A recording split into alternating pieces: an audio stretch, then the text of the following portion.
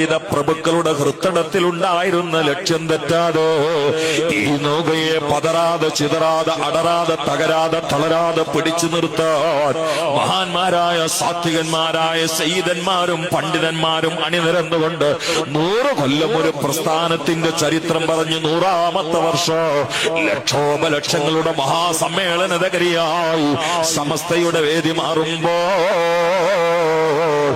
Asia ഭൂഖണ്ഡത്തിന്റെ ചരിത്രത്തിൽ 33,313 ആളുകൾ പങ്കെടുക്കുന്ന 4 ദിവസത്തെ ക്യാമ്പ് നടക്കുമ്പോ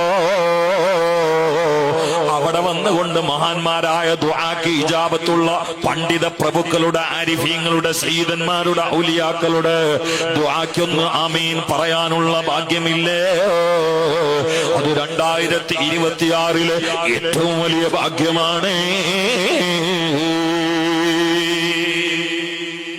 അല്ലാഹു നമുക്കൊക്കെ തൗഫീഖ് നൽകട്ടെ. ആമീൻ പറഞ്ഞേക്ക്.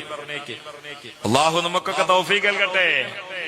നേരത്തെ ഇവിടെ നടന്ന പ്രസംഗത്തിലൊക്കെ അതിനുവേണ്ടി ഊണും ഉറക്കൊഴിച്ച് താങ്ങും തണലുമായി അവിശ്രമ പരിശ്രമം നടത്തിയ പണ്ഡിതന്മാരുടെ നിര അവർ പരലോക പൗരത്വം സ്വീകരിക്കുന്ന സമയത്തുള്ള അവരുടെ വെളിച്ചം പ്രതീക്ഷയും എത്രമേൽ ശക്തിയുള്ളതാ. അതിന്റെ അവസാനത്തെ ഉദാഹരണല്ലേ ഇവിടെ കേട്ടതൊക്കെ. മിണ്ടാതെ കടക്കുന്ന മഹാനായ യുഎം ഉസ്താദ് മിണ്ടാനുള്ളവരോട് മുഴുവനും മിണ്ടുകയും പറയാനുള്ളത് മുഴുവനും പറയുകയും പ്രോത്സാഹിപ്പിക്കാനുള്ളത് മുഴുവനും പ്രേരിപ്പിക്കുകയും അവസാനം ഒരു മനുഷ്യന് സംസം വെള്ളം എന്ത് ഉദ്ദേശം വെച്ചുകൊണ്ടാണോ കുടിക്കുന്നതെങ്കിൽ ആ ഉദ്ദേശം അവന് കിട്ടുമെന്ന് ഈ രാജവചനം പറഞ്ഞത് തെറ്റാത്ത വാക്കിന്റെ മുത്തായ മുസ്തഫയല്ലേ സ്വല്ലല്ലാഹു അലൈഹി വആലിഹി വസല്ലം.